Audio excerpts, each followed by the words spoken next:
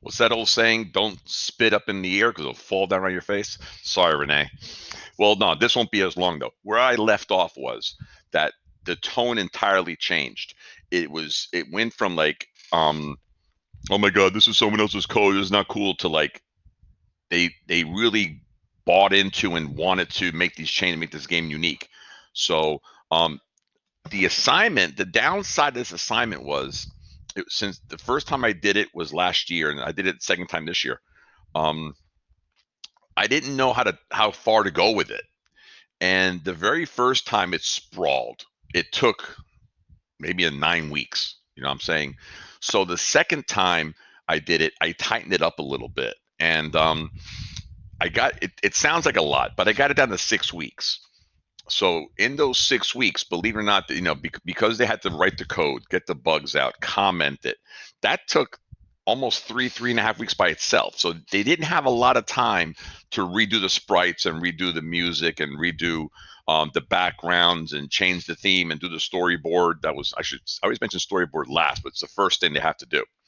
So let me take a quick minute to look over these questions. What are the learning outcomes and the goals of the students? Okay, so that's pretty straightforward. I wanted them to see a completed game. I wanted them to go ahead and get a feel for what a game was, knowing that they wouldn't have that skill set for years to come, really. How did you involve your students in designing the lesson? Well, interesting.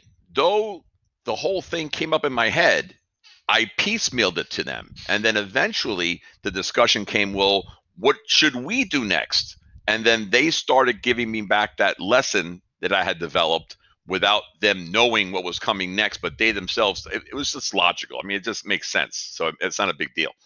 Um, what does a typical lesson look like, classroom or virtual? Now, this, I would not attempt to do this virtually. Um, at least not with underclassmen. I would do this with my juniors because they have the experience of working online anyway. So it's really, it's very quiet.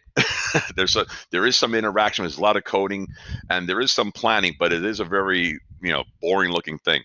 Um, what learning artifacts are you collecting for the students? Well, the students are producing a game, so that's the artifact itself.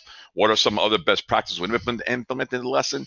Listen to your students, be there to coach. This is not an assignment. It looks like you can disappear, but no, you have to be involved. In fact, I sit with my students. Well, I'm down to 8 seconds. I am not doing a 3. Enjoy. If you have any questions, ask me. Thank you.